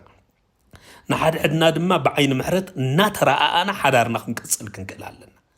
سلازي نحدار نمقصال مسرتاوي نغرو ازي مالتي سلازي قريتا ابزلو بيت حغوس ينقس صلوت يسمر حدار دما كان ورقي الناصري يخيد سلازي ناي قريتا ملكعي نزون كلهم حبتات زياتهم ناب حدار كم زمص يزغبر اب حدار يقريتا تليو انت يالو تيلنا يقريتا بزلو حغوس الله تحغوس ياتنقس حغوس زنقسل حدار كونت خوينو يقريتا زلو حدار يقريتا خاني كم قندي مسرت ممرحي نايتا بيت غيرون قصيرون زنورو سب حدار كون كلهم اذن تغيرون غزون كل غزي ني حغوس بيتيا حغوس زنغسا بيتيا صلوتا زسمرلا بيتيا ز حدار زيا كم ورقي ناصريت ناتخلعتن تخيدما بيتيا سلازي نتي نزو كل ነገር زاطفيو ندحريت كملسنا كاب እግዚአብሔር ዝርከብ በረከት ዘጉድለልና ናይ ቂምታ ህይወት አጥፊና ቢቅሬታ ሰፈን حدار መሐዝ መሰረታዊ ንሰብ حدار አገዳጽ ነገር እዩ تشاتشاي ድማ ስጋው ድሌት ጥራይ ምቅዳሚ ሰብ حدار كل ግዜ ስጋው ድሌት ጥራህ ከቀድሙ ክሉን ከለው በቀሊሉ حدارም ናብ ዝፈርሰሉ መገዲ ይመርሕዎ ማለት እዩ ስለዚህ حدار ኣብ ስጋው ጽባቂ ወይ ድማ ስጋው ዕግበት ጥራይ مز مسرت أبزخ مسرت أنت دا جميرو تتصبقه دما أنت يخون تيلكمني كحسس يجمر ويدما تتصبقه مزحسس ويون اتدليت مزغير اتحدار يلحلحن زخون عينة فتناون نزخون عينة فتناون زتقال عيخون سلازم زخون عينة فتنا زتقال عزخون اتحدار بزيوم نجارات زياتهم مالتس أب حدار سجاو صباقي ويدما سجاو عقبات تراي مز مسرت بزيوم نجارات زياتهم أنت لا تمسريتو أتصباق دما مز حسس كحسس مزجمر ويدما أتدليت غير مزجمر اتحدار كلحلحن زخون عينة فتنا خاب بقليلو تايك قبرو كودغم مالت بقليلو خان نستفلالي فتناتاتن نتحدار كفرسون الزخل ناي ديابلوس مجدتاتن كاستقال اخم زخون يقبرو سلازي سغاو صحبت نحدار يجمر مالس بسغاو صحبت حدار كيجمر يغديو زصنعو غن انت ايتلنا منفساو ستافي سلازي تبسغاو زجمره بمنفساو ستافي كم صنع انت زي غيرنايو بقليل يودق بسغاو دليت تماريخو خا ندحريت كم زطمت يخون هاري قدس باولوس رومي 8:6 سغاو حساب موتي منفساو حساب ግን ህይወትን ሰላምን ይብል ስለዚህ ነቲ ህይወትን ሰላምን ዝህብ ክንሕዝ ንኽኢልና ጥራሕና ናይዚ ኣተሓሳስባዚ ንዓለም ገዚኡ እቲ ቅድም ዝነበረ ፍቕሪ ከም ዝቕንስ ገይሩ ንሓዳር ንምብታን ምኽንያት ዝኸውን ዘሎ ነገራት ከዓኒ ክንስዕሮ ዝከኣለና ስለዚ ናይዚ መፍትሒ እንታይ እዩ ዘለና ሓዳር ተመክሮ መስቀል ምዃኑ ተረዲእና ካብ ስጋዊ ናብ መንፈሳዊ ስታፊ እንታይ ከም ዝዓቢ ክንገብሮ ክንክእል ኣለና ተሓቀኛ መጣበቂ ወይ ድማ ተሓቀኛ መጽንዒ ናይ ሓዳር እንታይ ተርና ፍቕሪ ኣምላኽ እዩ ንሓዳር ሓድነቱ ከም ዝጸንዕ ዝገብሮ ፍቕሪ ኣምላኽ ማእኪሉ ከም ዝመርሖ ዝገብሮ እንታይ ተልና እዚ እንታይ እንተዳ ተባሂሉ እዚ እቲ ናይ መጀመርያ ነዚ ዝገብሮ እንተኢልና ፍቕሪ ኣምላኽ እዩ ፍቕሪ ኣምላኽ እንተዳ ኮይኑ ከዓ እቲ ሱታፊ እግዚኣብሔር ኣብቲ ሓዳር ከም ዝህሉ ምግባር መሰረታዊ ነገር እዩ ቅዱስ ቄርሎስ ዘእስክንድርያ ብዛዕባ እዚ ክጠቅስ እንከሎ ስጋዊ ጽባቐ ምስ ግዜ ይሃስስ እዩ እቲ ዘይበርስ ጽባቐ ግን እቲ ኣብ መንፈሳዊ ፍቕሪ ዝተመስረተ ሓዳር ጥራይ ይብል ኣብ መንፈሳዊ ፍቕሪ ዝተመስረተ ሓዳር ጥራሕ እዩ ክሳዕ መወዳእታ እንታይ ዝኸብልና እቲ ዝበለፀ ፀበቐን ዘይሃስስ ጽባቐ ዘሎ ስለዚ ንሕና ኩሉ ግዜ ንዝሃስስ ጽባቐ ንግዚያዊ ዓይንና ሪኣ ንእተዓግቦ ነገር ዘይኮነስ ነቲ ዘይሃስስ ጽባቐ ብምድሃብ ሓዳርና ክንምስርትን ሓዳርና ከዓ ከምኡን ክፍትንዎ እንከለዎ ከዓ በቲ ዘይሃስስ ጽባቐ ብምርኣይ ከዓኒ ካብ ምፍራስ ሓዳር ከዓ ንርእስና ክንሕሉ ይግባአና መጽሓፍ ምሳሌ ምዕራፍ 31 ቁጽሪ 30 ጽባቐ ሓሳዊ ይብል መልክዕ ድማ ከንቱ እዩ እታ እግዚኣብሔር ትፈርህ ሰበይቲ ግን ንሳ ትነኣድ እዩ ዝብል እታ እግዚኣብሔር እትፈርህ ሰበይቲ ግን ትነኣድ እዚ ጠቕሲ ስጋዊ መልክዕ ግዝያዊ ከም ዝኾነ እቲ ዘለዓለማዊ ክብርን ጽባቐን ግን ካብ ምፍራሕ ኣምላኽ ዝምንጩ መንፈሳዊ ጽባቐ ምዃኑ እዩ ዘዘኻኽረና ዘሎ ስለዚ ነዚ ብምርዳእን ብምሕሳብን ካብ ከምዚ ዓይነታት ተሓሳስባ ንርእስና ሓሊና ሓዳርና ዓቂብና ከም ዝቕፅል ክንገብሮ ኣለና ነቶም ሓዳር ክንምስርት መደብ ዘለና ሰባት ከዓኒ እዚ ኣግምት ብምእታው ሓዳር ንምስር ሰባት ክንከውን ይግባአና ስለዚ ስጋዊ ድልየት ከም ሓዊ ክኸውን ከሎ ብስርዓት እንተተሓይዙ ከዓ ነቲ ቤት እንታይ ይገብሮ ተልና ነቲ ቤት የውዕዮ ምክንያቱ ስጋዊ ድልየት ልክዕ ከም ሓዊ እዩ ድሕር ብስርዓት ዝሒዝናይ ከዓ ነቲ ገዛ ከዓ ልክዕ ከም እሳተ ጎሞራ ከም ዝቃፀልን ከም ዝውዕን እዩ ዝገብር ካብ ቁፅፅር ወፃኢ እንተኮይኑ ድማ እንታይ ይገብሮ ተልና የንድዶ ምክንያቱ ካብ ቁፅፅር ወፃኢ ምስ ኮነ ትቆፃፀሮ ይትኽእልኒኻ ከተጥፎ ይክእልኒኻ ብቐሊሉ ኻ ይነድድ ማለት እዩ ስለዚ ሰብ ሓዳር ካብቲ ግዝያዊ ናብቲ ዘለዓለማዊ ካብቲ ስጋዊ ናብቲ መንፈሳዊ ሓድነት ክሰጋገሩ እንከለዉ ሓዳሮም ንዝመፅእ ዝኾነ ማዕበል ተፃዊሩ ክቐውም ዓቕሚ ይረክብ ስለዚ ሓዳሮም ንዝመፅእ ዝኾነ ማዕበል ናይ ምፅዋር ዓቕሙ ዝህልዎ ሓዳሮም ናይ ምፅዋር ዓቕሙ ዝህልዎ ካብቲ ግዝያዊ ናብቲ ዘለዓለማዊ ካብቲ ስጋዊ ድማ ናብቲ መንፈሳዊ ሓድነት ከሰጋግርዎ እንትኽኢሎም ጥራሕዮም ሓቀኛ ጽባቐ ሓዳር ኣብቲ ሓባራዊ ቅድስና እንታይ ዝገብር ኢልና መሰረት ዝገብር ኣብቲ ሓባራዊ ቅድስና መሰረት ዘይገብር ተኾይኑ ግን ብኡ መሰረት ንምፍራስ እናመርሖ ይኸይ ስለዚ ነዚ ብዝተኻእለና መጠን ንሕና ዝዓቀብናዮን ዝሓለናዮን ክንከውን ይግባአና ማለት እዩ እዚ ተጌርና ኢና ነዚ መሰረታዊ ነገር ክንስዕሮ ዝከኣለና ሓዳርና ከዓ ብቅድስና እግዚኣብሔር ብዝደልዮ መገዲ ሰይጣን ካብ ዝምፅኦ ፈተና ከዓ ሓሊናን ዓቂብናን ንቅድሚት ገጽና ክንግስግስ ከምቲ እግዚኣብሔር ዝደልዮ ናይ ቅድስና ሓዳር መሪሕና ክንከይድ ዝከኣለና ተሻውዓይ ድማ ዓመፅ እዩ ኣብ ሓዳር ዝፍፀሙ ዓመፃት ብዙሓት እዮም ብኡ መጠን እውን ዘጋጥሙ ናይ ኣካላት ምጉዳል ካልኦ ሳዕቤናቱ መወዳእታ ይብሎምን ስለዚ ዓመፅ ኣብ ሓዳር እቲ ንምፍታሕ ምኽንያት ካብ ዝኾኑ መሰረታዊ ነገራት እቲ ናይ መጀመርያ እዩ ስለዚ ኣብ ሓዳር ዝፍፀም ኣካላዊ ይኹን ስምዒታዊ መጥቃዕቲ ነቲ ምስሊ ክርስቶስን ቤተ ክርስቲያንን ዝብል ትምህርቲ ሙሉእ ብምሉእ እንታይ ተልና ዝጻረር ነዚ ዝጻረር እዚ ዓመፅ ዝብል ምዚ ጠቕላላ ዘይሰማማዕ ኣንጻሩ ዝኾነ ነገር እዩ ስለዚ እዚ ድማ ንጥዕናን ህይወትን እቲ ሓደ ወገን እንታይ ይገብሮ ተልና ኣብ ሓደጋ ስለ ዘውድቆ ናብ ፍትሕ ከም ዝበፅሕ ክገብሮ ይኽእል ምክንያቱ ነቲ ሓደ ወገን ኣብ ሓደጋ ዘውድቕ እዩ ዓመፅ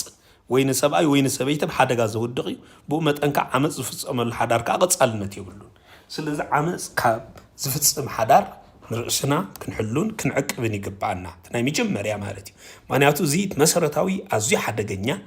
ብመንፈሳዊ ይኹን ብዓለማዊ ኣብ ከቢድ ተሓታትነት ዘምፅእ ነቲ ሓሳብ ዝኣተኻዮ ከዓ ቀፃልነት ከም ዘይህልዎ ዝገብር ንምፍራስ ቤተሰብ ከዓ ምኽንያት ኮይኖም ካብ ዝርከቡ እቲ ናይ መጀመርያ እቲ ሓደ እንታይ ተልና እዚ ዓመፅ እዩ ዓመፅ ኣብ ሓዳር ኩሉ ግዜ ከቢድ ሓደጋ ካብ ዝፈጥሩ ነገራት መሰረታዊ ነገር እዩ ስለዚ ነዚ መፍትሒኡ እንታይ ተልና ናይዚ መፍትሒ ምክብባርን ምፍቃርን ከም መሰረት ሓዳር ጌርካ ምውሳድ እዩ እቲ ፍቕርን ምክብባርን ናይ ሓደ ሓዳር መሰረት ክኸውን ተዘይክኢሉ ኩሉ ግዜ ኣብ ሓዳር ዓመፅ ይፍጠሩ ሓዳር ግን ምክብባር ዘለዎ ነንሕድሕድካ ምፍቕቃር ዘለዎ እንተደኣ ኮይኑ ግን ናይ ሓዳሮም መሰረት እዚ እንተደኣ ገይሮም ግን ዓመፅ ካብታ ገዛ ብሓጒጋ ከም እትወፅእ ይገብራ ስለዚ ዓመፅ ኣብ ዘለዎ ፍቕሪ የለን ፍቕሪ ኣብ ዘለዎ ድማ ዓመፅ የለን ወይ ድማ ቦታ ይብሉን ስለዚ ንዓመፅ ቦታ ከምዘይህልዎ ክንገብሮ ንኽእል ፍቕሪ ዘለዎ ሓዳር ክንገብር ትኽእልና ኢና ምክብባር ዘለዎ ሓዳር ምፍቃር ዘለዎ ሓዳር እንተደኣ ኮይኑ ዓመፅ ቦታ ይብላ ንዓመፅ ኣሳዲደን ኣብ ገዛና ከምዘይተኣቱ ክገብራ ዝኽእላ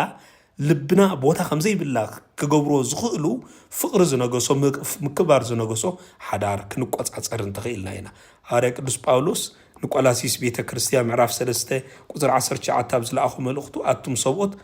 ኣንስትኹም ኣፍቅሩ ንዓተን ድማ መሪር ኣይትኹንወን እዩ ዝብል ስለዚ ኣንስትና ከነፍቅር ፍቕሪ ምክብባርን ዝሰፈኖ ሓዳር ክንመርሕ እምበር ዓመፅ ዘለዎ ሓዳር ክንመርሕ ኣይተፈቕደልናን ቅዱስ ዮሃንስ ኣፈወርቅን ብዛዕባ እዚ ከምዚ ይብል ብኢዱ ወይ ድማ ብቃሉ ንሰበይቱ ዝሃርም ሰብኣይ ንገዛእ ርእሱ እዩ ዘሳቂ ዘሎ ከምቲ ክርስቶስ ንቤተ ክርስቲያን ዘገልግላን ህይወቱ ዝሃባን እዩ ክኸውን ዝግባእ ይብል ስለዚ ሰበይትና ምህራም ኣብ ልዕሊ ሰበይትና ዓመፅ ምፍፃም ማለት ኣብ ልዕሊ ርእስና ዓመፅ ምፍፃምን ንኣካላትና ምህራም ማለት እዩ ምክንያቱ ሰበይቲ ኣካል ሰብኣይ ስለ ዝኾነት ንኣካላቱ ዘሳቂ ሰብ ክመን እዩ ኣብ ልዕሊ ኣካሉ ዓመፅ ዝፍፅም ኣብ ልዕሊ ዓይኑ ኣብ ልዕሊ ኢዱ ኣብ ልዕሊ እግሩ ኣብ ልዕሊ እዝኑ ኣብ ኮታ ኣብ ኣካላቱ ዘለው ነገራት ዓመፅ ዝፍፅም ሰብ ከመን እዩ ስለዚ ንሰበይቱ ብከምዚ እንተዘይርዩ ዓማፅ ይኸውን ንሓዳሩ ከዓ ይፍርስ ስለዚ ሓዳርና ካብ ዘፍርሱ እቲ ሓደ ዓመፅ ልዕሊ ኩሉ ጥንቁዓት ክንከውን ይግባአና ስለዚ ብሓፈሻ ዓመፅ ኣብ ሓዳር ንመሰረት እቲ ቅዱስ ዝኾነ ኪዳን ዘበላሹ ከምኡ ድማ ነቲ መሰረት ቅዱስ ዝኾነ ኪዳን ከዓ ዝምርዝ ዘርክስ ስለ ዝኾነ ነዚ ክንቃወሞ ይግባአና ሰብኣይን ሰበይትን ንሓድሕዶም ከም ክቡር ህያብ ኣምላኽ ሪኦም ተሓላልዮም ክነብሩ እዩ ዝግባእ ተኸባቢሮም ክነብሩ እዩ ዝግባእ ተፋቂሮም ክነብሩ እዩ ዝግባእ ሓደ ሰብ ንመፃመቱ ከኽብር እንከሎ ንኣምላኽ እዩ ዝኽብር ስለዚ ንኣምላኽ ዝኽብር እንተደኣ ኮይኑ ከዓ ዓመፅ ከወግድ ይግብኦ ማለት እዩ ኣብቲ ትሕትና ዘለዎ ቤት ርህራሄ ዘለዎ ቤት ፍርሓት ኣምላኽ ስለ ዝነግስ ዓመፅ የለን ስለዚ ቤትና ትሕትና ዘለዎ ቤት ሓዳርና ትሕትና ዘለዎ ሓዳር ነንሕድድካ ምርህራህ ምድንጋፅ ዘለዎ ሓዳር ክንገብሮ ክንክእል እንተደኣ ኮይና ፍርሓት ኣምላኽ ዝነገሶ ሓዳር ክንገብሮ ክንክእል ኣለና እዚ እንተጌርና ኢኑ ዓወት ክልወና ዝኽእል ስለዚ እዞም ፀገማት እዚኣቶም ናብ ፍትሕ ከብፅሑ ዝኽእሉ ፀገማት እዚኣቶም እቶም መፃምቲ ነቲ ኣብ ማእከሎም ዘሎ መንፈስ ቅዱስ ረሲዖም ብገዛእ ርእሶም ጥራይ ክነብሩ ምስ ዝፍትኑ ዝፍጠር ሳዕብየን በዚ ምክንያት እዩ ዝፍተን ንገዛእ ርእሶም ጥራሕ እናሓሰቡ ክነብሩ ይጅምሩ እሞ ብኡ መጠን ከዓ እዞም ሳዕብየናት እዚኣቶም ኣብ ኣታቶም ክስልጡን ይጅምሩ ስለዚ ሓዳርና ኩሉ ግዜ እቶም ኣብ ሓዳር ዘለና ሰባት ኩሉ ግዜ ኣብዞም ፀገማት እዚኣቶም ነዞም ፀገማት እዚኣቶም ንምክልኻል ኩሉ ግዜ እቲ ዓብዪ ምስጢር ሓዳር ማለት እቲ ዓብዪ ምስጢር ምዃኑ ብምዝካር ብፀሎትን ብዝትሕትናን እናተሓላለዩ ሓዳሮም ክመርሑ ክኽእሉሎም እዚ ነብሮ ዘሎ ሓዳር እዚ ዓብዪ ምስጢር እዩ እግዚኣብሔር ዝመሰረቶ ምስጢር እዩ እግዚኣብሔር ዝኸብረሉ ምስጢር እዩ ናይ እግዚኣብሔር መቕደስ ኮይኑ ክነብር ዝግብኦ ምስጢር እዩ እግዚኣብሔር ፀጉኡን በረኸቱን ዘፍሰሉ ምስጢር እዩ ናይዛ ዓለም እዚኣ ምንጪ በረኸት ወይ ከዓ ናይዛ ዓለም እዚኣ ምንጪ ቅድስና ዝኾነ ምስጢር እዩ ስለዚ እዚ ብፀሎትን ብትሕትናን እዩ ተሓላልዩ ተኸባቢሩ ተፋቂሩ ክነብር ዝግብኦ ብምባል ሓዳርና ከነፅንዕን ኣፅኒዕና ክንከይድ ንግባአና ትሻሙናይ ድማ ስእነት መንፈሳዊ ሓድነት እዩ ኣብ መንጎቶም ክልተ ተፃመቲ ዝተፈላለየ ዕላማ ዝተፈላለየ ሓሳብ ዝተፈላለየ ርድኢት ከም ዝህሉ ይኸውን እሞ ብኡ መጠን ናይ ዕላማ ምፍልላይ ናይ ሓሳብ ምፍልላይ ይፍጠር ሰብኣይን ሰበይትን ኣብ መንፈሳዊቶም ዝተፈላለየ መገዲ ተኸቲሎም ዝኸዱ እንተደኣ ኮይኖም እቲ ሓዳር እንታይ ክኸውን ይጅምር ተይልና በዓል ሓደ ክንፊ ክኸውን ይጅምር ሓዳር ማለት በዓል ክልተ ክንፊ ማለት እዩ ክልተ መንገብገብ መብረሪ ዘለዎ እዩ ክልቲኦም ሓደ ዓይነት ርድኢትን ኣተሓሳስባ እንተዘይሃልዎም ብኡ መጠን ድማ ከምቲ ልክዕ ሓንቲ ዑፍ ወይ ድማ ሓንቲ ርግቢት ሓደ ክንፊ እንተልይዋ ክትበርር ከምዘይትኽእል ኩሉ እቲ ሓዳር ከዓ ናይ ምቕፃል ዓቕሙ ከም ዝደክም ይኸውን ስለዚ ሓደ ወገን ናብ መንፈሳዊ ህይወት ክስዕብ እንከሎ እቲ ሓደ ወገን ከዓ ናብ ዓለማዊ ነገራትን ናብ ዘብለጭልጩ ነገራትን ናብ ግዝያዊ ነገራትን ከቐድምን ክስዕብን እንተደኣ ጀሚሩ እቲ ሓደ ስጋ ዝብል ኣመር እንታይ ይኸውን ብመንፈሳዊ ጋ ክውቃዕ ይጅምር شعكوك عمس جمرخ أني بؤمت أنكا زفل اللي زيدما ناب كبرتاتن التعابي أدوكو من حليفو عبي فعفعن عبي قافن كفتر يجمر سلازي اتي زعابي يشجر زي كلتا عينت هتحساسبا زلوم أكلات ناب حد عينت هتحساسبا ناب حد عينت رديتن ناب حد عينت علامان زمسولو بايتا مفتار تمسارتاو نغاري سلازي نايزي مفتع انتا إذن تيلنا بحبل صلوت مقبارن حباراوي منفساوي أبوم محازن مخنياتو تنسح أبو نخلطيهم حدا أم مقبار عبي سرحان عبي حوارياوي تولو كونسلز فتسم بأمتن اتم شجرات انداتو فتحون تمونغو امزلو امونغو سب حدار زلو في الليات كان داس بنك متصل سلازغل سلازي نايزي مفتحين تايتلنا حباراو صولت كله نتي حدار كاني زما زنو كاني منفساوي حباراو زخوني بحبرت نخلطيهم كم حدرومن ممرحيتات كومن قال እግዚአብሔር كنغروم زخل منفساو ابون كله مخنيات منفساو حدنت نخلو سغاو في الليات زواهد عبي دلدي سلازخوني منياتو منفساو حدنتي نتسغاو في الليات اصبيبو ناب حدا وحدت عبز خونه وحدت ناي دلدل ويكا عبز خونه ناي وحدت مسالل كمص زخل تمنفساو حدنت سلازخونه ماتيوس 18:19 كلته أباخاتكم أم مدري بزخونه نجر أنت تسمعوا أب سمايات أب زلو أبوي كجبروا لهم يتباهيلو تنجيريو سلازي هاريا قدوس يوحنس أفوركم زعبا زغتقس كله أتابع حبار اتسأل سدرابيت حبيرات قوم صلوت نتأمنغو تسأمت زلو في اللي أو هاجدو ناب حدا منفساو علامة يسقا قريبا سلازي نابزي العلو زخونه منفساو علامة نمسقار نايتون كلتا سب حدار حدا عينتا تحساسبا مهلاو انتزي هاللي خانا بحدا علما نخمصوخا كل جزيز عارتات مقبار مسارتاو نغري مالتي سلازي بحافشا منفساو حدنت مالت سبعين سبيتن فتصومانيوم مالت زي كونسي فتصومانيوم مالت زي كونس كلتيوم حبيروم ناب حدا برهان ويدما نافتا حدا برهان استبهال كريستوس كتمتون كلويو سلازي متأما ويدما نابز حد برهان زغون كريستوس متأمات مالتي ويكا ناو يتأمتو اللو نمبال زخيد ترقمي مالتي سلازي حبيركا قداسي مخاد حبيركا صوم مصام حبيركا ممصوات كوم دم حبيركا منفساوي غبرتات مغبار حبيركا ناب قدوسات زغونو بوتاتات مخاد ناو وي قدامات كون خدي كال نغرات مالتي ويكا حبيركا نغدت زي منغاد كبر بعالات كون خلو كوم مفهم سلازي حبيركا قال እግዚአብሔር مسمع قال እግዚአብሔር مسمع نحدار كام مدراوي بأسي أوصيو سماوي طعمي كم زهلو زغبر از مجدت سلازخوني سلازي حدا منفس مزهلونا بومت عندما كل سغاوي صقاماتنا فتحنا بقليل مجدن حدارنا ناي ممرح عقمي كم نحزيز غبرنا سلازي لعل خلوت يا امونغو سب حدار زلو فللي بخمس عينت حدنت سيروم ملو بملو ناب قدسنا خمسه مرح كغبرو يقبا مالتي تخالاي اتي تاشعي مسارتاوي ناي حدار قند صقمن صعبين نفتح مخنيا زخونو نغرات دما تايتيلنا زي ممللاخي ويدكاز ممللاخ زبل انتاي ناتي يكون زبل عبلالنت كتر إلكا مفتان مالتيو حدا كافتم تصامتن كل ነገር ንሱ ጥራይ ክቆጻጸር ምድላይ ንፍቃደት ሓደ ዶቂሱ ወይ ካነት ፍቃድነት ሓደ አስተናዒቁ ናቱ ፍቃድ ጥራሕ ክኾነሉ ዝኽል አፍ ደገታት መፍጣር ተሓዳር ካፍሱ ታፌነት ናምንታይ ይቅየርተልና ናብ ቤት ማእሰርት ከም ዝቅየር ምግባር ማለት ቤት ማእሰርት ማለት ተሓደ መብት ለወት ሓደ ግን መብት ይውሉን تحد سمعي طرحي تعزازاي طرحي تحد عزازاي طرحي سلازي كمزياتهم كفطرو خلو بزح غزي اتي ممللاخ زبل انا املاخ خون زغباني انا با زبل كركرات امنغو كفطرو مش جمرو سعبيانات نحدار كفطرو يجمرو زي دما نتي ني حبار تجزأنت زبل تمرتي بيته كريستيان انتاي زغبرتيلنا زصارري نتمرتي بيته كريستيان صارري مخنياتو كلتياتهم تعزازنت امنغو نحدون كلو كخدالو سبعي ناتو زبله ነገር ይብሉን ናይ ሰበይቲዩ ስለዚህ ናቱ ዘበለው ኩሉ ነገር ንሰበይቲ ይእዘዝ እታ ሰበይቲ ናታ ዝበሃል ነገር ይብላን ትናታ ዘበለ ነገር ኩሉ ናይ ሰብአይ አዩ ስለዚህ ትናታ ዘበለ ነገር ንሰብአይ ይእዘዝ ክኽላሉ ናቱ ግዙእ ክኾናሎ ማለት ተአዛዝነት ዝብ ስለዚህ ነዚህ ዘንጸባር እዚ ተጎዲሉ ግን ሽግር ትፈጠራሉ ማለት ነዚህ መምርሒ ቤተክርስቲያን ዝውን ይጻረራሉ ስለዚህ ሓዳር አመንጎ ጎይታን ግልያን ዝግበር ውዕል ዘይኮነሲ አመንጎ ክልተ ማዕረ ዝኾነ አካላት ዝግበር ናይ ፍቅር ሱታፍ የምዃኑ ብዝግባ ክንርዶ አኽላለና ስለሰብ ሓዳር ክበሃል እንከሎ አመንጎ ጊላን ጎይታን ዝግበር ስምምዕ አይኮነ ወይ ካ ውዕል አይኮነን አመንጎ ክልተ ማዕረ ዝኾነ አካላት አስተውዕሉ ጎይታን ጊላን ዝበሃል ወይ ወዲ ወይ ከዓ ሰብኣይ ወይ ሰበይቲ ዝበሃል ፍልልይ ከምዚ የለ ኩሎም ብጎይታ ሓደ ከም ዝኾኑ ሃርያ ቅዱስ ጳውሎስ ንገላትያ ሰባት ኣብ ጽሓፉ መልእኽቱ ምዕራፍ 2 ቁጽሪ 20 ገሊጽዎ እዩ ፍልልይ ዝበሃል የለን ኩሎም ማዕረ እዮም ሓደ እዮም ኣብ መንጎ ክልተ ማዕረ ዝኾነ ኣካላት ዝግበር ናይ ፍቕሪ ሱታፍየ ስለ ዝኾነ ነዚ ናይ ፍቕሪ ሱታፍየ ብግባእ ምርዳእ ኣብ ነንድሕድካ ከዓ ምምልላኽ ከይህሉ ከዓ ጥንቃቐ ምግባር እዚ ምምልላኽ ማለት እንታይ ማለት እዩ ተልና ናተይ ይኹን ዝብል ናይ ትዕቢት መንፈስ ኣብ መንጎ ክልቲኦም ክሰርፁ እንከሎ እዩ ፍቕሪ ግን እንታይ እንተዳ ኢልና እንታይ ፍቕሪ ተልና ናጽነት ትህብ ተኽብር ከምኡ ድማ እንታይ ትገብር ተልና ትመክር ንምኽሪ ትቕበል ንስኻ መኻሪ ትኸውን ኣብ መንጎ ሰብ ሓዳር ምክብባር ማለት ኣብ መንጎ ሰብ ሓዳር ምክብባር እንተደኣ ነጊሱ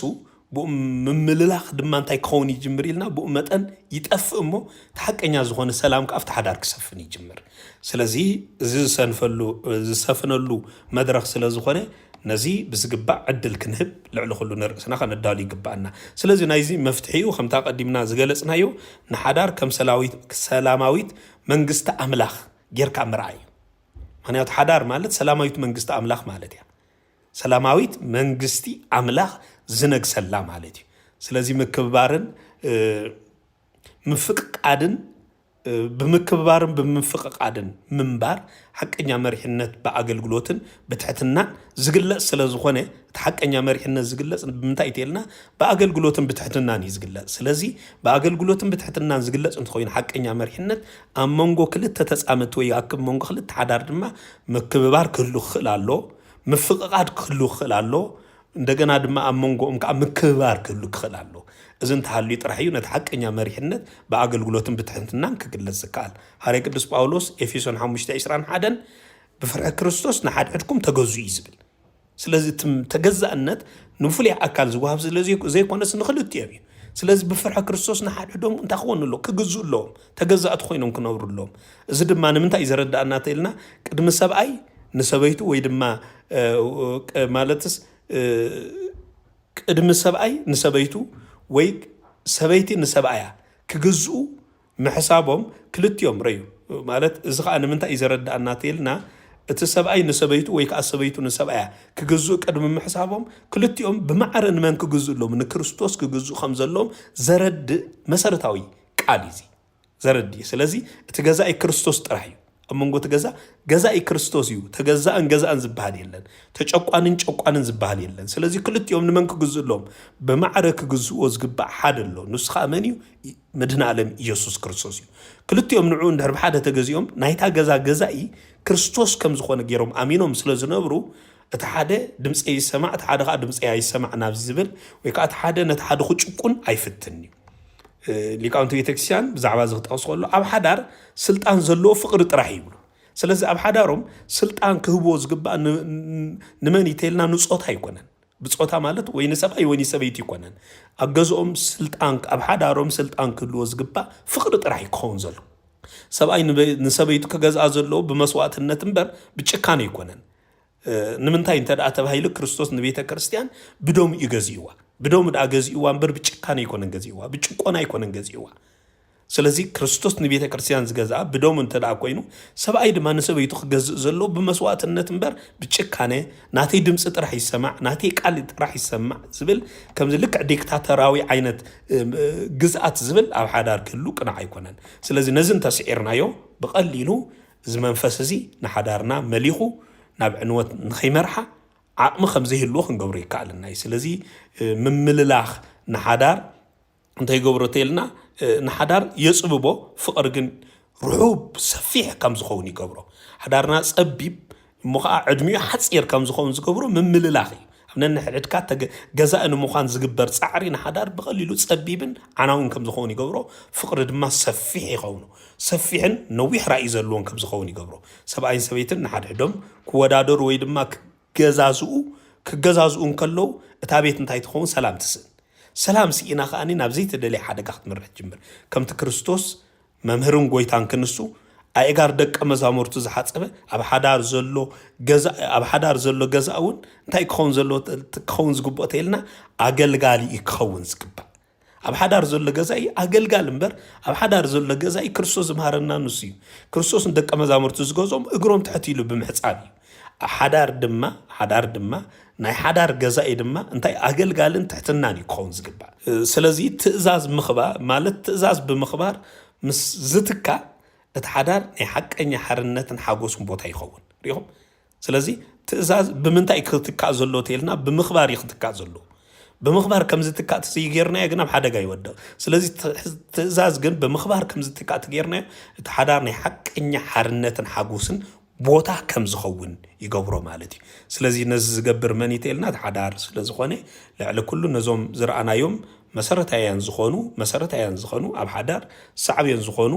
ነጥብታት ብዝግባእ ብምርዳእ ካባታቶም ጥንቁቃት ኮይና ክንነብር ይግባአና ነዚ ጥንቁቃት ብምዃን ከዓ ነታ ካብ እግዚአብሔር ዝተዋሃበትና ካብ ሰማይ እምበር ካብ ምድር ዘይኮነት بممرح قال እግዚአብሔር ተነብር እምበር بممرح ፍልስፍና ወይ بممرح ስነ ጥበብ بممرح ፓርላማ ዘይተነብር ሓዳርና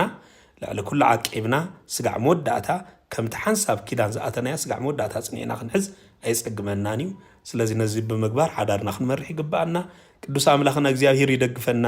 ሓዳርና ጽኒዕና ነዛ እናረኸሰት ትነብር ትመጽእ ዘለ ዓለም በበረኸት መሊእና ብጸጋ ሓዳር መሊእና ብምንጭ በረኸት መሊእና ካብዚ አንጸላሊዋ ዘሎ መንፈስ አውጽኢና ስጋዕ መወዳእታ ከም ትጸንዕ ክንገብራ መንፈስ ቅዱስ ይደግፈና ነቶም ዝተረፉና በብግዚኡ እንዳርአናዮም ክንከይዲና ንሕጂ ግን ዝረአናዮም ትሽዓተ መሰረታዊ ነጥብታት ኣብ ሓዳርና ነጊሶም ንዓና ዘውድቁ ንሓዳርና ዘውድቁ ንቤተሰብና ዘፍርኹ ዝኸይኮኑ ክንጥንቀቐሎምን እቲ ቁንዑ ዝኾነ መፍትሒኦም ክንጥቀም ይግባአና ነዚ ንክንገብር እግዚአብሔር ይሓግዘና ቅዱስ አምላኽና እግዚአብሔር ስለዝማረና ስሙ ዝተመስገነ ይኹን ወስብሐት ለእግዚአብሔር